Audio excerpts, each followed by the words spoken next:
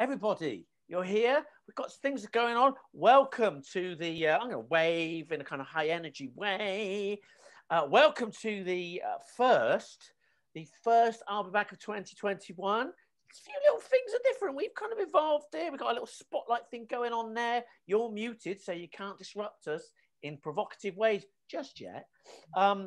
This is our Kerry Harrison. This is our technically our 4th year of I'll Be Back. Can you believe that? That's crazy. That's 4 years. You think about I when this first came across my head, it was the first one was in 2018. I know it's like skewing the calendar there. 2018 September, and so this is actually the 25th I'll Be Back that we've done. This is kind of crazy, and it's the 8th online. And I was thinking about this. Hello, everybody, as you pile in. Great to see you. I was thinking about this. It's like, we did the first virtual I'll Be Back. It was about the 25th of April last year, and it was response to the pandemic. And I remember thinking when we did it, the nervous, I so want it to be perfect. I hope we make everybody kind of think it's real. And now, on our 8th, to be honest, if chaos ensues, I'm pretty chilled about it, to be honest. And I'm hoping there'll be a little bit of chaos. How about you people? Well, you can speak. You can speak. You're not muted. Anyway, hello, Kerry. How are you? Oh, we can't hear you. We can't hear you, Kerry. You're on mute. That's an exciting start. How's that happened? Well, she's silent, but she'll find a way in. She'll find a way to speak. I couldn't unmute. It said the host had to unmute me. Oh, that's yes, I'm good, thank you. It's really nice to see everybody.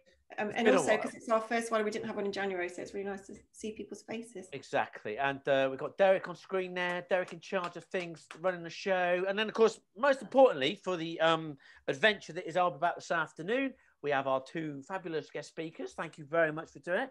We have Yaz Haghighat. Yes, perfect. Nailed it.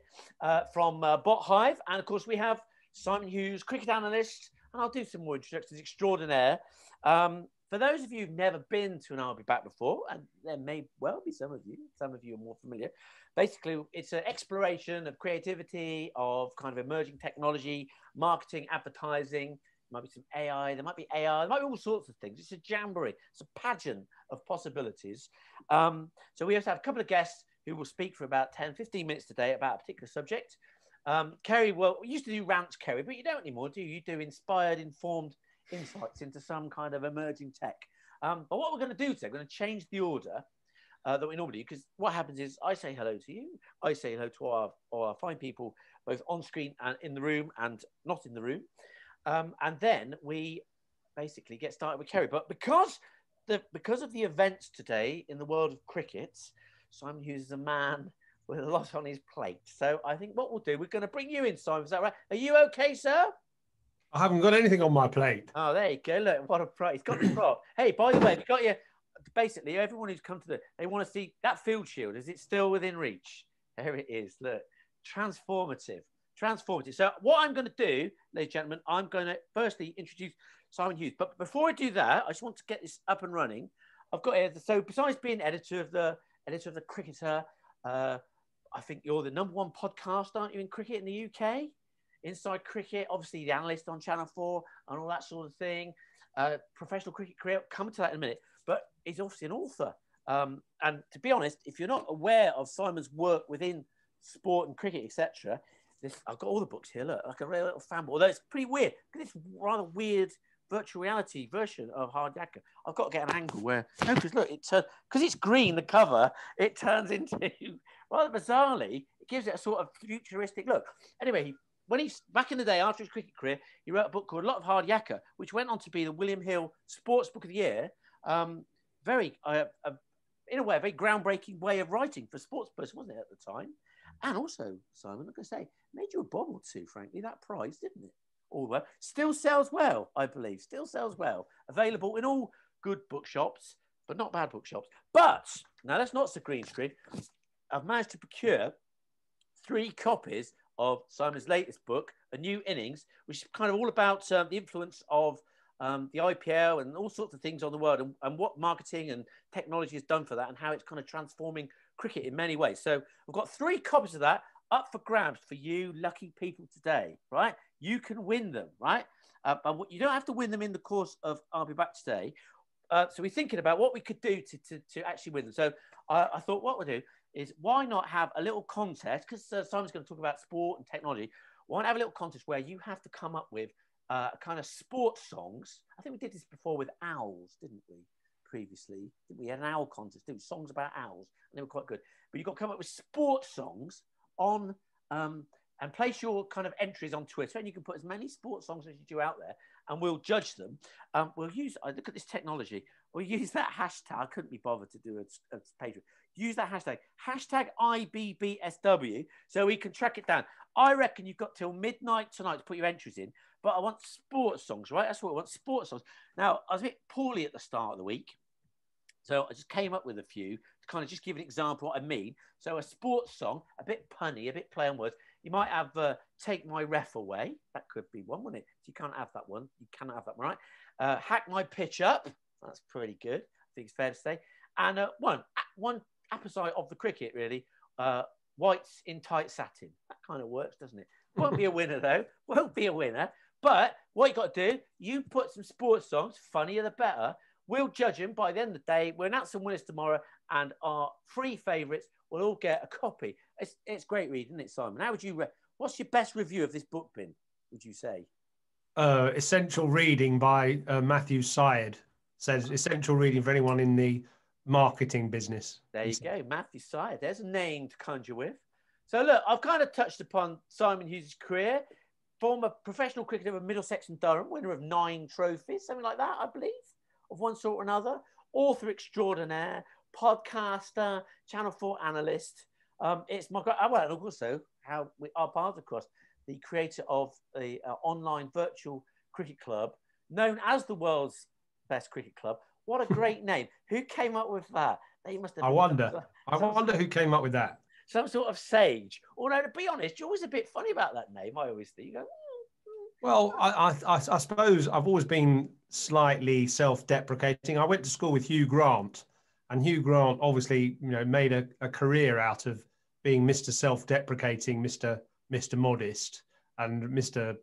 Muck it all up and things. So I don't like to sort of shout and scream and blow smoke up my own arse too much. Well, let others do it for you. That's what I say. That's what I say. But the quality they've had on that club so far kind of suggests the point, isn't it? Anyway, I'm going to hand the floor over to you, Simon. Okay. To talk about sport, technology. Well, to be honest. Well, thank you. Thank you, Norts. And I'd just like to say, firstly, thank you so much for all the work you've done on that virtual cricket club, which we couldn't have managed to pull off without you. And the other thing to say is I don't feel worthy, really, of going back to my self-deprecating roots of being amongst all of you, because I'm sure you know more about this subject than me, really. But as Norts mentioned, I suppose my career has started as a cricketer and then moved into the media. And I think that it's always been important to try and keep reinventing, especially as I'm not female or part of the BAME community, where, therefore I'm regarded as male, pale and stale. I am male and I'm pale. I'm not stale, though. I'm trying to work on, new things all the time. And this book, which Norts mentioned, came out of being involved in the IPL, the Indian Premier League, for those of you not cricket mad. It's a sort of completely revolutionary new tournament, which has now been going for 12 years. And they brought a lot of American technology and ideas into cricket and made it this entertainment vehicle, as well as being a cricketing sort of extravaganza. It's one of the most profitable leagues in the world after just 12 years, and players are being sold. Well, I don't know if you saw the other week, a couple of players sold for nearly $2 million for 6 weeks' work. So, it's really done incredibly well. It's taken off massively in India and it's now spreading around the world. And this book is really the learnings from that tournament, not just from a cricketing point of view, but the way they've marketed it, the way they've sold it, the way they've positioned it, really. So there's a lot in here about sports leagues and how to exploit them, how franchises make money, how players have developed and enhanced themselves. And there is quite a bit about digital technology as well. So what I was just going to sort of share today really was some thoughts on how sport has used the digital technology to really expand and get a bigger engagement, a bigger audience. The starting point obviously is the sport itself. And obviously other sports have had to kind of, some sports have followed cricket's lead, and in some cases cricket's followed other sports' lead. But what I think has been interesting is already in 2019, the Tata organization announced that digital exploitation or digital technology was on the cusp of the biggest growth in sport that there's ever been. And then COVID has just accelerated that. So it's forced a lot of franchises, leagues, individuals to find new ways to reach their audience, to reach a larger community. And some of the ways that's happened, I've sort of been quite interested in. So the first way is streaming. So, enabling more, because of the way that people consume sport now, it's not just a question of switching on Channel 4, obviously.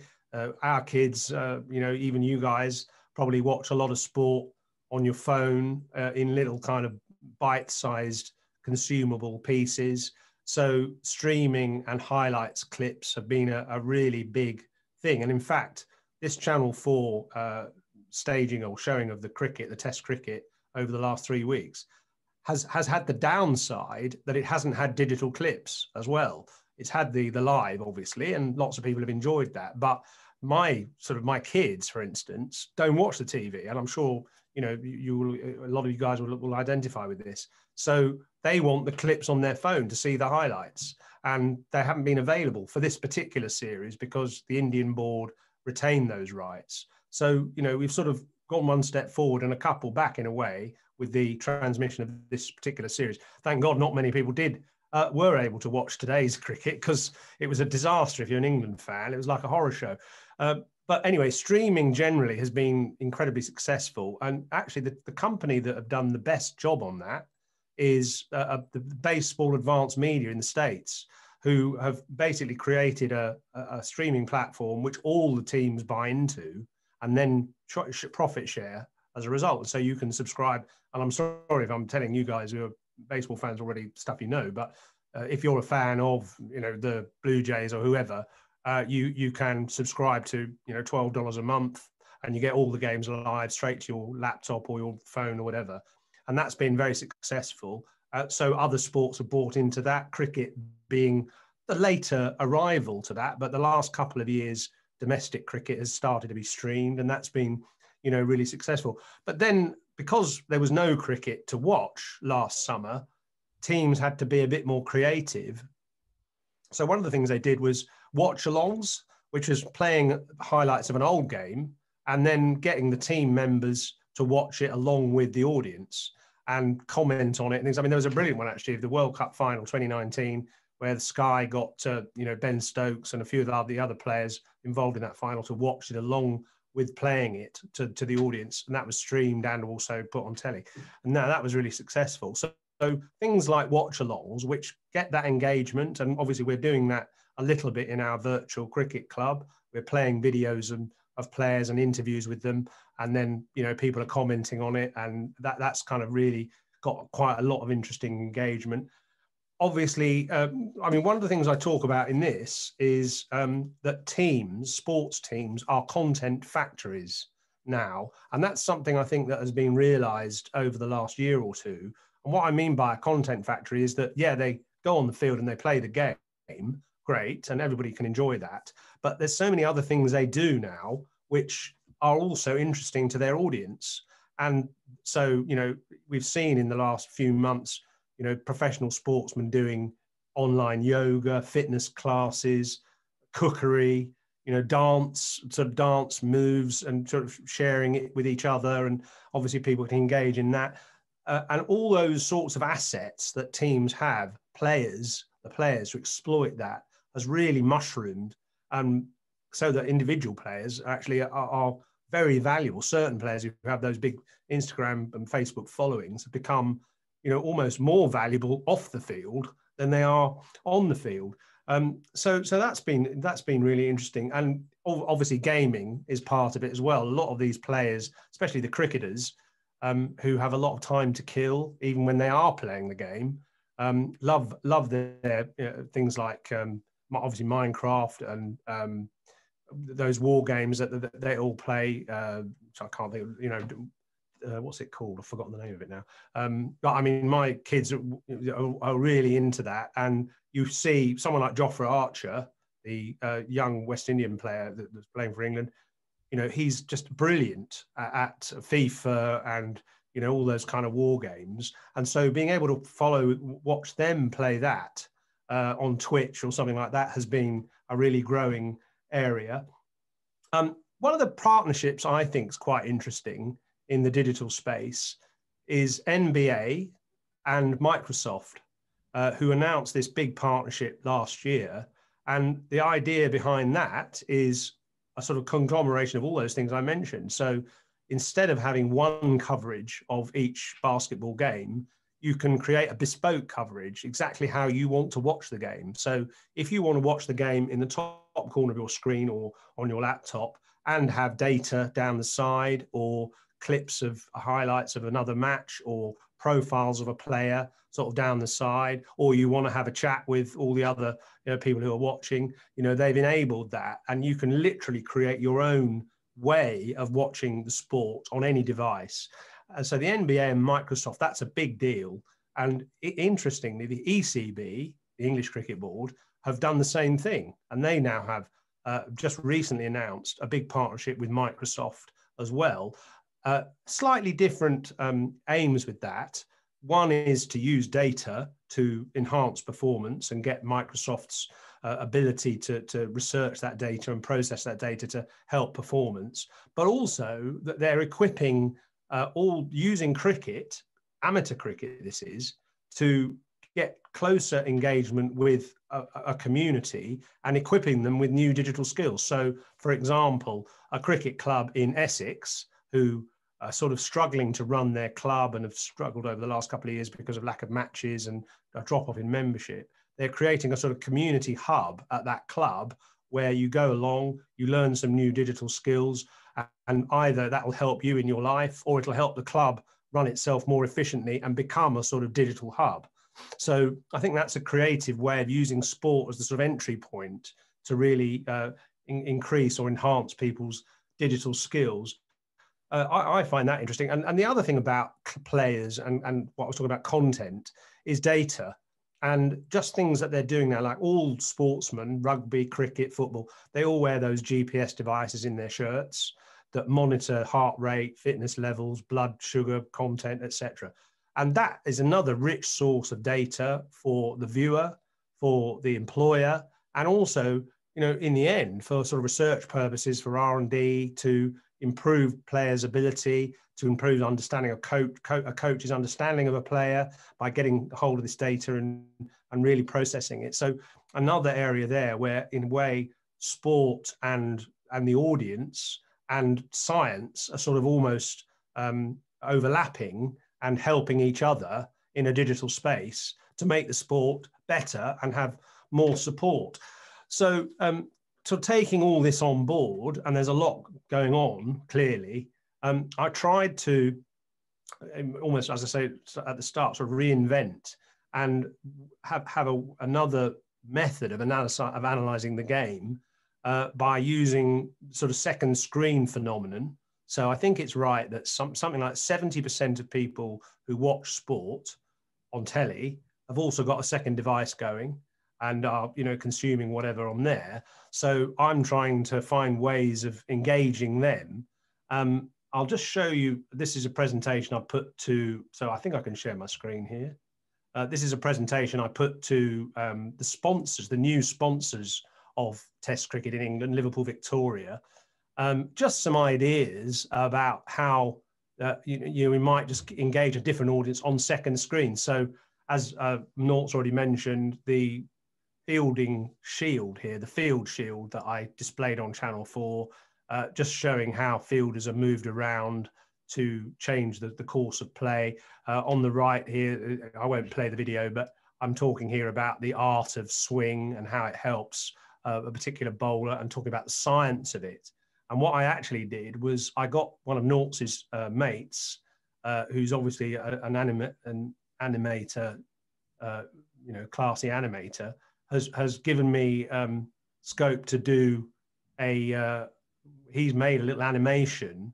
So I'm just going to play this. I mean, it's only very short, and I'm just going to change the sound setting so you can just hear it as well. So this is basically an incident from a test match a few years ago. And then we go into the science of it a little bit afterwards. So you'll hear my words on the commentary, but in a way, ignore that. You can just see, this is Jimmy Anderson taking a wicket with a bit of swing. I will say, I'm driving. We can't see that in a minute. You can't see it? Yeah. Oh. We're very excited to see it. Oh, okay. Right. You could hear it, could you? Oh, yeah. Right. Well, I've also got it on another slide. I don't know. Can you see that? Can you see that? Yep, that's good. You can see this here. Yep. See that moving? Can you see that? Yep. Okay. I don't know how to make that bigger, unfortunately. It is what it is. So this is the animation. And you can't, it's a bit too small, sorry, to show you in real detail. But that basically, Norts' friend here has sort of I've done a bit of drawing and he's done the animation to show that text actually tells you what the science of the swing is, the ball curving through the air and how that actually works. So, that's just a sort of an idea to try and, get people more interested in the game. There's lots of other little concepts here, using the Hawkeye graphics to show sort of stuff in a bit more detail. As I mentioned, data collection, which can show this one down the bottom right here is showing the speeds of players across the field and speeds between the wickets and things like that, which I think can be quite revealing. And then I designed this one at the end, this last slide here, which is, again, a bit small, sorry, but basically this is a profile of a match. The one on the right is the first test match that England played against India. England's line is the blue line and India's line is the red line. And it's basically evaluating percentage chance of a team winning at various stages of the game.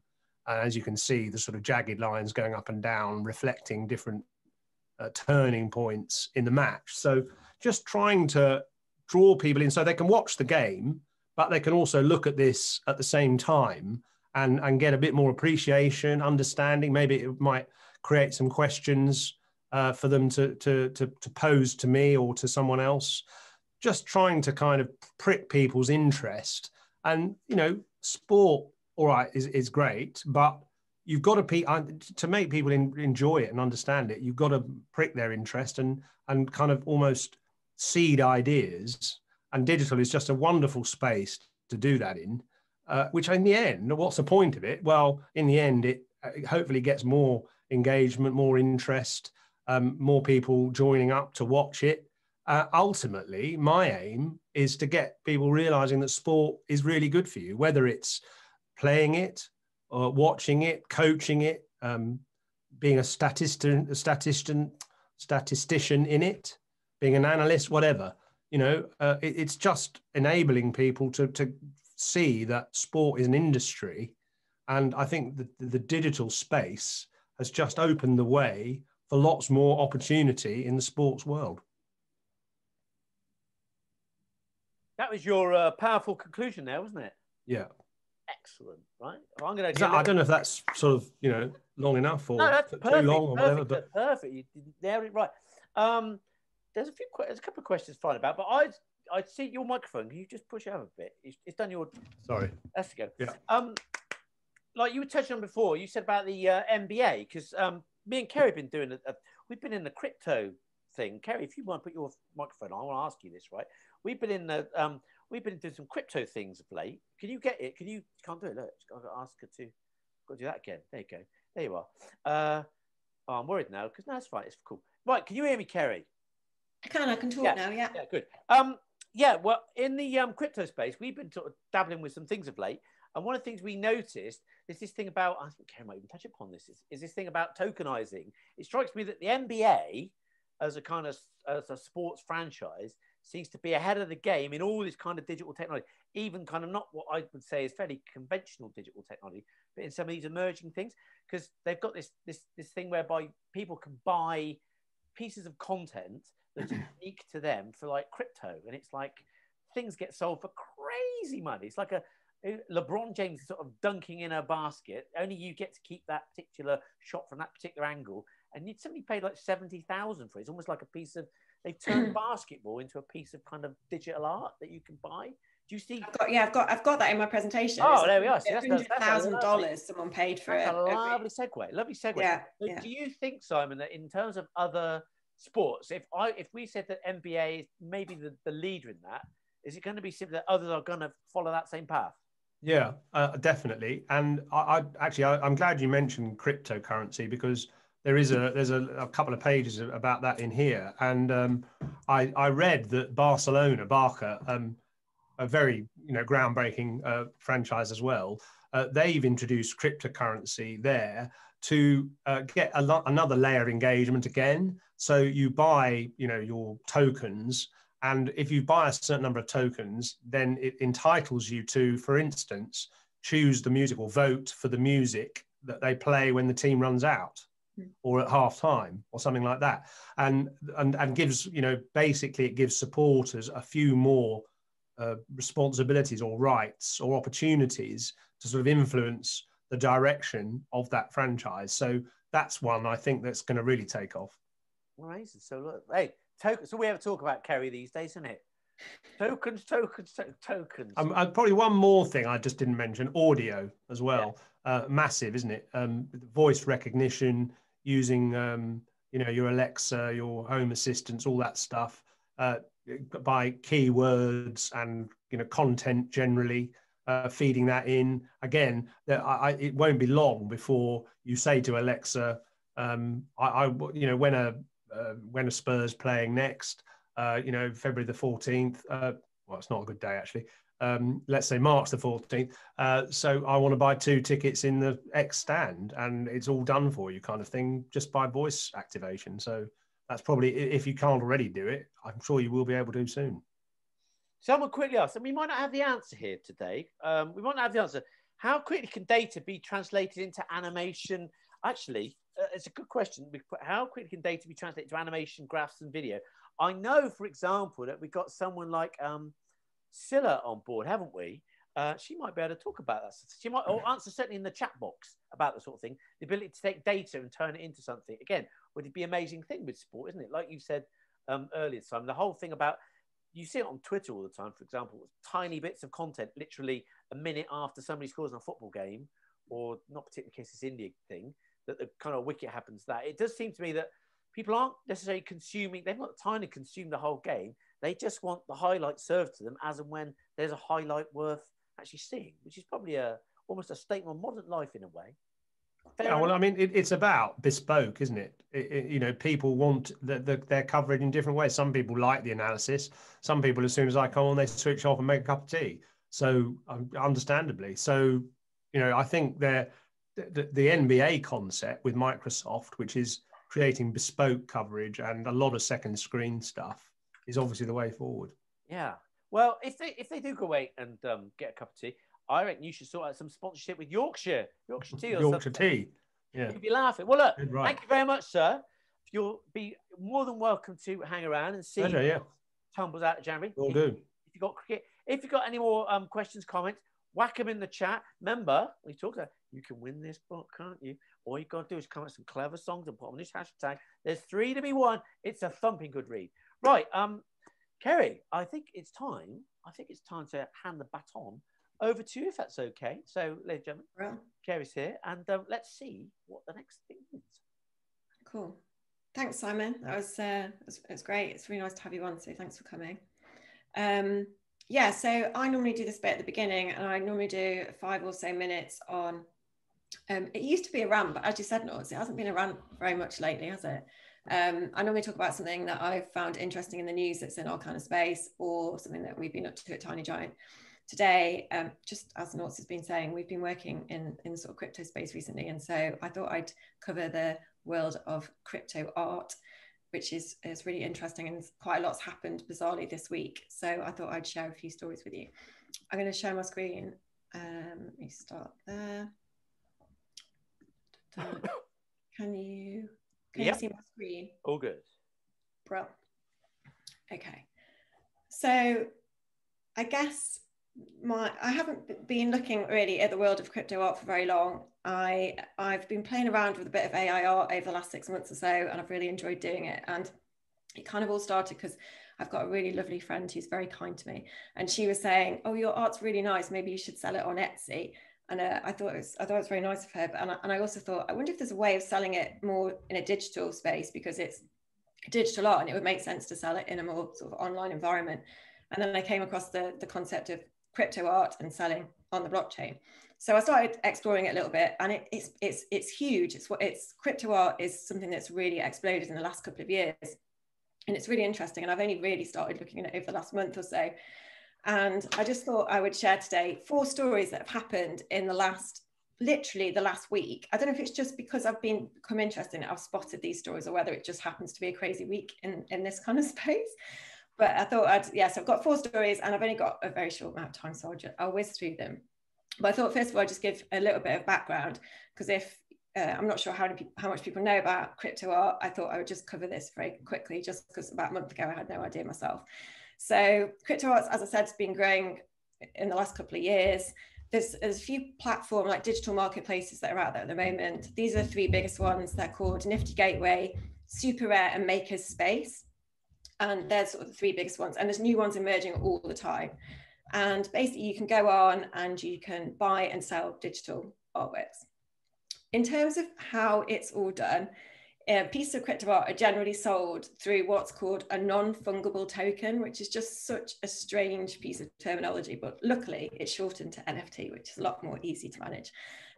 It's basically a unique digital token. It lives on the blockchain, and it allows you to verify ownership of a piece of art or a piece of content, or whatever it might be. And so if you're an artist, you can basically mint a token. And by doing that, it's placed on the blockchain, and you basically say, this is my piece of art, this is the date, it's got a timestamp, this is my thing, and you essentially authenticate your piece of art.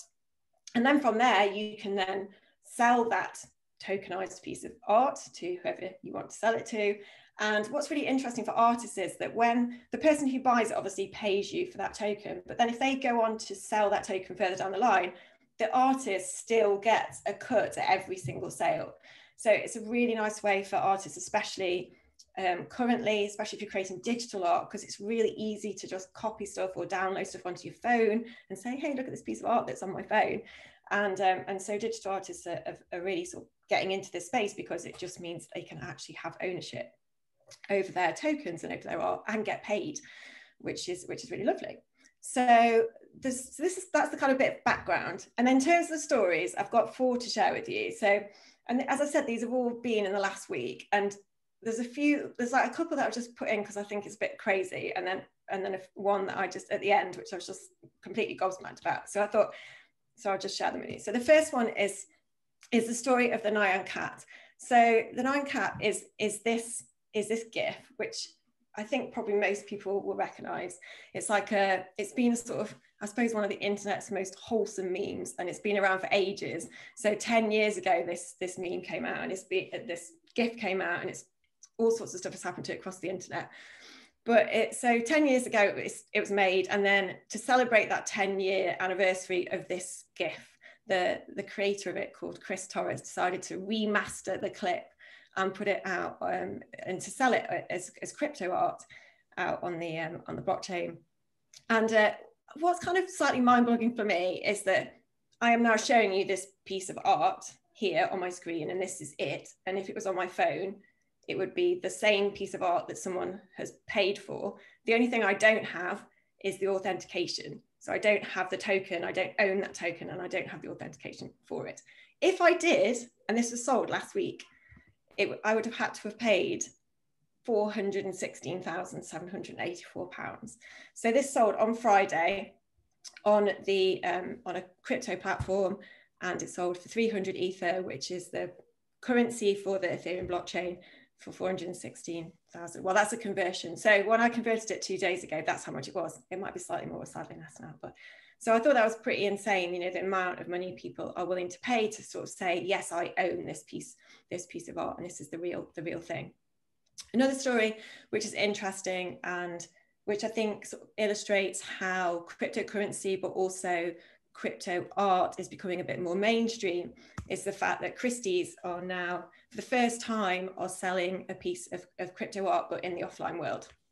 So they're selling a piece of artwork from someone called, his art name is Beeple. I'm not sure what his real name is. I should have looked that up. But he broke all sort of crypto arts records back in December last year when he sold 20 pieces of artwork on Nifty Gateway, which is one of the platforms I mentioned earlier. And he sold it for $3.5 million.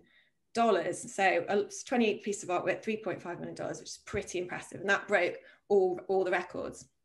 So Christie's are now selling just one of his pieces, which is actually really cool. It's called The First 5,000 Days. So for 5,000 days from the 1st of May 2007, he created a piece of art every single day for 5,000 days. And this is the culmination of that. And it's a digital piece of art. It's sort of pixelated, and it's 5,000 images. So they are selling that. It's actually on the market from today. So if you did want to go and give it a shot, you can. It's on the market until the 11th of March at Christie's. And for the first time ever as well, just to show in terms of cryptocurrency, and we were talking about, you know, Simon mentioned that earlier as well, that Christie's for the very first time have decided to accept cryptocurrency for this piece of art. So they'll be accepting Ether, which is the currency on the Ethereum blockchain, which is where it's being sold. So I thought that was really, really interesting to show the sort of progress of this kind of artwork and cryptocurrency in general. Story 3 is slightly more bonkers. So this happened, I think it was either early on this week or the weekend. So there was an artist who went out onto Rarible, which is another platform, and he went out with all this kind of artwork that looked really like Banksy. And when it first came out, people weren't really sure whether it was Banksy or not. So quite a lot of people just said, I'm just going to invest anyway, because it might be Banksy, it might not, and no one was really quite sure. So the tweet on the right there, you can see, you know, a guy saying, I've either just blown $750 or I've got an absolute bargain because it's a Banksy piece. It turned out it wasn't actually Banksy, and the artist made $900,000 from all of the pieces of art, which is really interesting. But I was glad to hear that he did actually give some of the sales to Save the Children, which I thought was quite decent of him. But again, just interesting how much these kind of artwork, what this artwork is selling for. And then my final story, which I discovered at the weekend, and this one kind of blew my mind, and I thought, blimey, this is pretty crazy, is the environmental impact of crypto art. So there's an artist called Joni Lemercier who decided this week to not launch his artwork on Nifty Gateway. So he was due to launch these really beautiful pieces of art, and this is one of them actually on this platform, but decided he wasn't going to do it because he found out the environmental impact of releasing art on the blockchain. So and what's interesting was he'd been trying for 2 years to live in a much more sustainable way. So he's got this studio, and he'd been like using like these special lights and trying to reduce all of his energy usage and all of his stuff. And then he suddenly realized that he was doing really, really well until he sold some crypto art. And this is the stat that I was just like, oh my goodness. So he sold 6 pieces of art, and in 10 seconds it used more electricity than his entire studio over 2 years. So I think when he realized this, he said, well, I just can't do this anymore. It's just absolutely insane. And I looked into this a little bit further because I thought it was quite interesting. And the piece of art, the article that Lemercier created, who's the artist I just mentioned, this kind of piggybacks some other research that had been done by a really amazing and very famous AI artist called Mimo Acton. And he had done a research around this earlier on last year. And his report is really substantial, actually, and he was really upset when he heard about it, because he'd been selling his work this way as well. And what he was saying was, it's absolutely mental, because you make one single transaction is the equivalent of, in terms of CO2 emissions, of boiling a kettle 200 times. And it's absolutely insane, because it's really important for the artist to have this kind of way of being paid, and it's really great for them. They've got this authentication, and buyers really like it because they can get this token and it's really scarce. But at the same time, like, is it worth it with the environmental impact? So from there, he then created a website called Crypto Art WTF, and you can basically go on and analyze your crypto wallet and see what kind of emissions that you're creating through your transactions. So I thought that was quite an interesting thing to do. So then, back to the Le Mercier article, he was saying, one thing you can do is offset your emissions. And I thought, well, that kind of sounds quite cool. But one of the stats that he said in there was this one, around the idea that it actually takes a tree 12 years to offset the minting of a single NFT. So these kind of stats made me, I just thought, oh God, it's so depressing. But at the same time, we've got to find some kind of balance between paying artists and using this kind of technology, which is amazing. It's got so much potential, but also doing the right thing for the environment at the same time. In terms of, I've talked about AI art, but as Norts mentioned earlier, things can be used in different ways, and it's starting to be used from a content point of view. So as Norts mentioned, there was it's called the NBA Top Shot, and they're selling these tiny little snippets in the same kind of way. So it's tokenized, put on the blockchain, and then you own that piece of content. So effectively, you're owning a bit of sporting history. And one sold, I think this wasn't this week, it's like a couple of weeks ago, but sold for $100,000 for a 13-second clip. I didn't know anything about basketball, but apparently it was a very important moment where someone shot, it's not a goal, is it? But anyway, shot a very important goal, and it sort of changed the season. So it was quite instrumental. And the person that spent $100,000 was saying, I bought this because I think, because it's such an important piece of sporting history, I reckon that it will make a lot of money down the line. Like, someone will want to own this piece in the future. So it'd be really interesting to see how that develops from a content point of view. Musicians can be using it, content creators, artists, all sorts of people. But I do think we need to think about the environmental impact of it as well. And just to finish off again to Mimo Acton, just talking about, it's absolutely brilliant that people are buying this and supporting artists, but there has to be another way. And really interestingly, Norts and I are working with it, as Norts said, on a crypto client at the moment, which is brilliant. And I asked him about this a couple of days ago, and I spoke to him. I said, what's the deal with all this? But apparently, you don't have to use the Ethereum blockchain, which are all these platforms are built on at the moment. There are alternative things. And he was saying that the products that he's building he's not using the Ethereum blockchain, which I thought was really interesting. So there are other options. I think people will start to realize it. I think as long as more artists are aware of the situation, that other platforms will have to start thinking about it and doing something in terms of changing those CO2 emissions. But yeah, really interesting space, and quite crazy stories, but also really interesting ones. So I hope that's been helpful. I find it very interesting anyway, but I'm quite geeky, so maybe it's just me. But yeah, thanks very much. If you've got any questions, obviously just get in touch with me, and I will help and answer in whatever way I can. So thank you very much, and I will stop there and hand over to Yaz. So let me just stop sharing so that I can't move you all either. Yeah, so Yaz, Yaz has been a real follower of I'll Be Back Southwest, so we're really grateful. She's like properly one of the community, which is amazing. It's so nice to have. Fangirl, yeah, you followed us the whole way through, and we're so excited that you're here. So thank you. And Yaz is the head of customer success at BotHive. So BotHive are a company that are trying to help other companies to adopt robotics and automation. And a lot of her job is around educating people about the amazing things that robotics and automation can do for humanity and for good. So Yaz and I sat on a panel a few weeks ago, and Yaz told these amazing stories of things that are happening in the space. So I'm really excited to hear more about it. So I'm going to hand over to you, Yaz, and thanks very much for coming. Thank you very much, Kerry, Norts, and Simon and Derek. I'm just going to share my screen with you. Hopefully you can all see that. We're good. Yeah, all good? Yeah. Perfect, thank you. So Kerry, really interesting. I hadn't literally no idea about any of that stuff until today. Obviously, I'm going to be talking about robots, which is more hardware than crypto stuff and software. So thinking about the word robot, obviously it's quite a strong word. People do have strong opinions about it. So I started by thinking about what robot means to people today. So I asked some of my friends and family what they thought of when I said the word robot.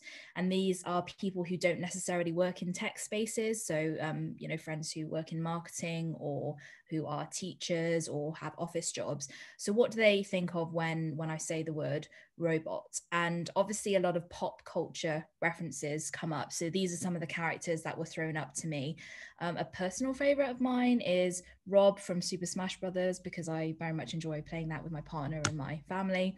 So hopefully there are some characters here that you recognize. But generally when you say robot to people, this is kind of what people immediately go to, are these pop culture references. Some of you probably already have robots in your home. I myself have an Amazon Echo. I suppose smartphones can also be counted as robots. Lots of people have Roombas, the robot vacuums. Hopefully this video works. This is a video I saw on Reddit a while ago of people putting Roombas to very good use. I find it really funny. Hopefully it will work.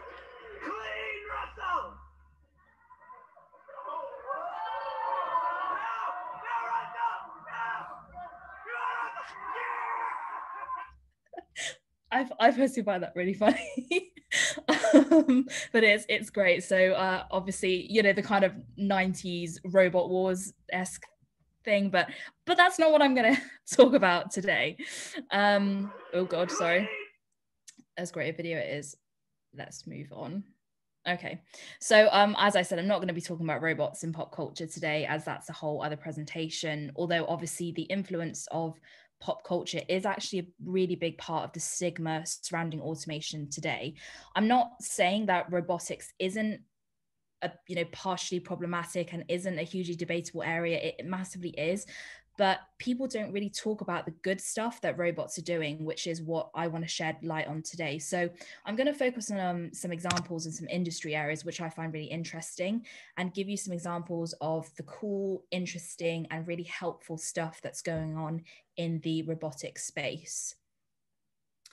So first, industrial robots are probably the most well-known of the robots in the workplace. So in manufacturing, robots are helping to alleviate health and safety issues by doing things like heavy lifting of boxes and pallets, taking dangerous jobs. For example, you can see in the bottom GIF, plasma or arc welding. Following the introduction of heavy-duty robots in these manufacturing and industrial settings, workplace injuries of staff are reported to reduce, which is obviously really great for the health and safety of the workers, and productivity goes up, which ultimately is the goal for business owners. So that's, it's a win-win for them in these spaces. Increasingly as well, more research is going into marine robotics. So this can be anywhere from deep sea water scientific exploration.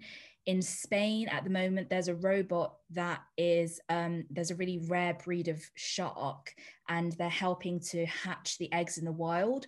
So the scientists are, they're working with the eggs in a lab, but they were finding that divers carrying the boxes of eggs back to the ocean were damaging the eggs. So they're actually using a robot which has got like this special plexiglass case that drives down into the water and then releases the eggs without damaging them. So that's really interesting.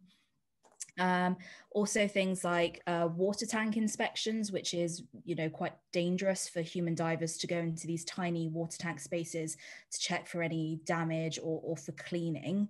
And then also for rescue operations. So you can see in the bottom GIF, Brighton Beach Patrol actually have a rescue robot on their team. So it's a lifeguard boy, as you can see in the GIF. So the robot can be immediately deployed to help struggling swimmers stay afloat, whilst the rescue team can then collect supplies, alert authorities, and follow in a boat as well. Looking at the healthcare industry, obviously this is, you know, hugely important, especially with the last year that we've had. In the current situation with the pandemic, a lot of work has gone into robots when it comes to hospitals and clinical settings. So you can get UV light robots, which are deployed in places like hospitals or airports, where they use UV light and move around autonomously in a room to disinfect areas before humans come into any contact with any of the surfaces. So humans don't have to go into contaminated spaces. The robots will go in first, blast their beams of light around, and it would disinfect the area before any human actually has to go in. As well as that, you get mobile robots, which are used in hospitals. Hospitals are obviously huge, vast areas with departments spread out all over the place.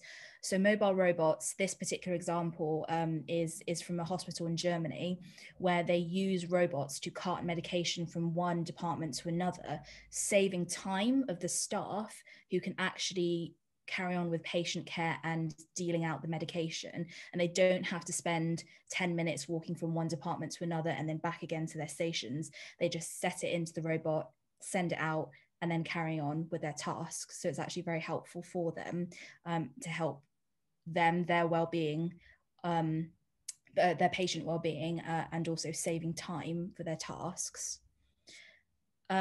In a social care setting, there's this robot, you may have seen it before, it's called Paro the seal. It's incredibly cute, and it's a robot baby seal toy, really, really cute, and it's used for animal therapy purposes. So this is being tested in patients with Alzheimer's and dementia at the moment, and apparently it's been very successful. Obviously, having live animals can sometimes be difficult or problematic, depending on the situation. So the purpose of Paro the robot, the toy seal, is to still give that animal therapy, but without having, the difficulties of having a puppy there. As well as that, you can get robot companions. So this robot companion is called Genie Connect, and it's actually a Bristol-based company. They're based at Bristol Robotics Lab, which is where I used to be based pre-pandemic. So these companion robots are developed specifically to combat loneliness in elderly people. So they can do things like play music, make video calls, set medication reminders as well. So I suppose it's kind of like a more fancy version of the Amazon Echo, where you can speak to it and give voice commands, but it can actually react to you and show you pictures. Which I think is amazing. So it's great work that they're doing here in Bristol. And then moving on to the search and rescue industry, which is being spoken about more, actually. And to give an example of that, obviously there was a hugely devastating fire in Notre Dame in Paris a few years ago. And you may have seen that the Paris Fire Brigade actually use firefighting robots, which played a huge role in this. Obviously, the fire was raging so intensely, it was really difficult for the human firefighters to go in to put the fires out, because it was just too much. So what they did was they worked with a Parisian robot company called Shark Robotics, and they have this robot that looks like a tank called Colossus, and Colossus goes in first with the hose, sprays water, and then a drone was going over the top and heat mapping, and also seeing where the structural damage was and sending that data back to the ground team, so the humans knew not to go in particular areas that were structurally unsound, so it would be safer for them, so there would be less injuries for the humans. And then also, just to finish off on the search and rescue, you have lots of research and development going into finding survivors and sending data. And you have robots that are being built, as you can see in the GIF, who can go over uneven ground, and unstable ground and dangerous territory where it would be more difficult for a human to go into. And again, just to reference the work that's going on at Bristol Robotics Lab, they're doing lots of work with swarm robotics, which you may have seen. They just look like teeny tiny ants, and they can go out into the world separately, collect data, and send it back to teams in order to survey particular areas, which is just hugely interesting. And again, something that people just don't really know about or talk about. And then just quickly to touch on a couple of other areas, you can get things like agricultural robots, you can get lifestyle and entertainment robots. This one is a golf ball collector.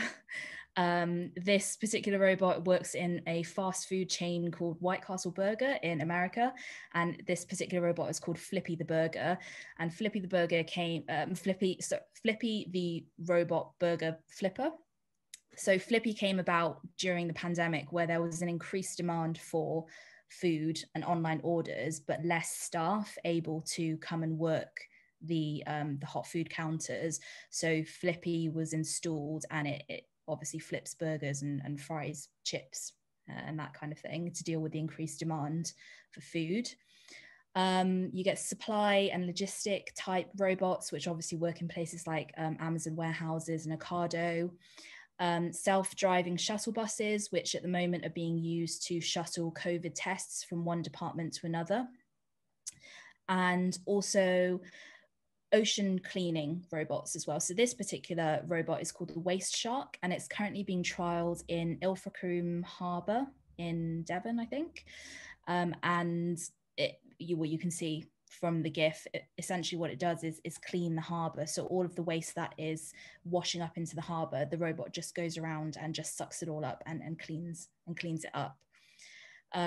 So those are basically a couple of examples. And I don't know if that's enough to convince you that robots are not going to take over the world, and that they have actually done a good job to help humanity, because you're probably sat there thinking, okay, yeah, cool, I didn't know about any of this, and it is actually very interesting, but I'm still wondering, I'm still thinking, are robots going to take my job? Because that is the age-old question, right? It's what everybody wants to know. So I'm going to answer maybe. Actually, you know what? I'm going to try and say maybe, but maybe not. Probably not anytime soon, or in the way that you think. And I'll just explain this quickly with an example from a Cambridge professor called Ha-Joon Chang. So in an article in The Guardian, I think taken from one of his books as well, Professor Chang, he cheekily asserts that the washing machine has actually changed society more than the internet has, because the washing machine and other domestic appliances brought an end to domestic labor as a full-time job. It no longer took all day to wash clothes and complete other household chores. Since the vast majority of this labor was done by women, both as paid and unpaid domestic servants, suddenly women were freed to enter the professional workforce on an unprecedented scale. So for Professor Chang, he's saying that this has ushered in a social transformation which is way more pronounced than what we've seen with the rise of the internet and the digital technologies, which for all of their benefits haven't actually totally reshaped the makeup of the workforce or completely ended entire forms of work like the washing machine did.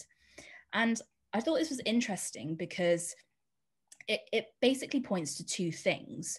One is that there is a potential for new technologies and automation to change the dynamic of work in absolutely unforeseen ways and on a massive scale. It hasn't happened yet, but there is the potential for that.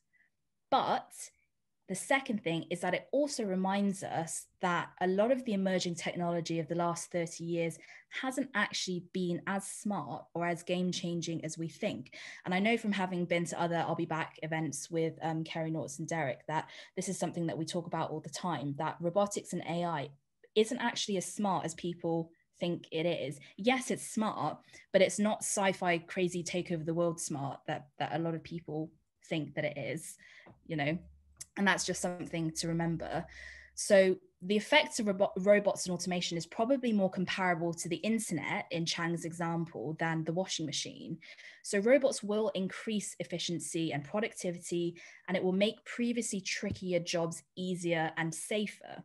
So like with digital technologies or the internet, they will complement and streamline existing workforces rather than entirely replacing them at the moment. So just to reiterate what I said earlier when I spoke about robots in healthcare, robots are streamlining the way that the hospitals are working and improving the working day for existing staff rather than replacing the need for human workers entirely. So in short, no need to panic or celebrate yet. We'll have to keep working our day jobs just for a bit longer, I think. Anyway, I hope that was interesting for you. Feel free to hit me up on LinkedIn or Twitter. And thank you very much to the Tiny Giant team for having me speak.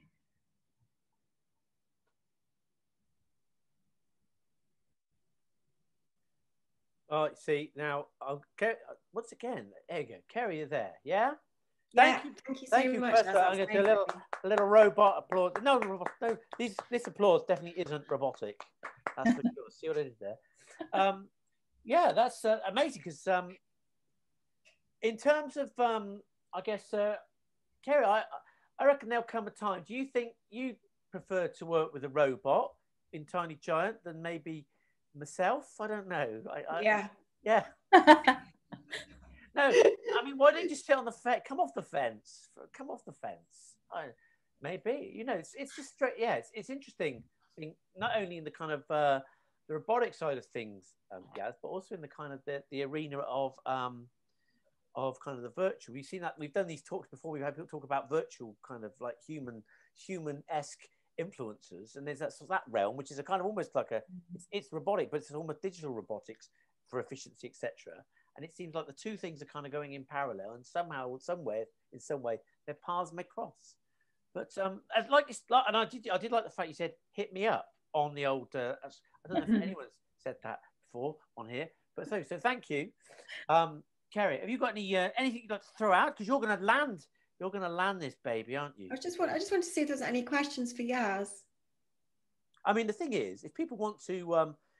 When we come to it, because we'll be sort of wrapping up in a moment, but if people do want to, what we're going to do, because obviously we've muted everybody to now, and this new transformative way we've run this, I'll be back. And to be honest, it's been very successful because we haven't had the sound of like cutlery being dropped or people farting during the event. So not that's happened before, or maybe it has. We can unmute people in a minute, and when it's sort of officially closed, and if people want to stay on and have a quick powwow, it's almost like a cricket club social, Simon, isn't it? In a funny sort of way. It won't prattle on as long, but hey. I can see in one of the comments that Alistair has said that they've had robotic surgery, which is really cool because I know that in Bristol, I think one of the hospitals they do robotic surgery. What I find really interesting is actually my partner pointed this out to me because he'd read an article. And I think it was an excerpt from the Harvard Business Review, and they were saying in that article that statistically people are still more trusting of human doctors and surgeons, even though technically an algorithm or robots are more accurate. They still prefer to have that human interaction. So even though that if presented with data to say it's actually more accurate to go with the algorithm who, you know, if it's diagnosing you, they'll still actually prefer to go for the human. So I think that obviously is a huge other bigger philosophical debate, I think, you know, how people feel about things. And I think that actually comes into play a lot, that robots may not actually ever overtake the world because it's humans ultimately who will make that decision. One, this is something that Kerry brought up in the last panel that we did at the diversity conference. It's not data and algorithms that are sexist or making prejudice. It's actually the people that put the data in. So that's something to think about as well, is maybe it's not the robots or the automation that we should be scared of or thinking about. It's actually the humans behind it and what the reason is for particular things and the way that society is moving and the demand for that.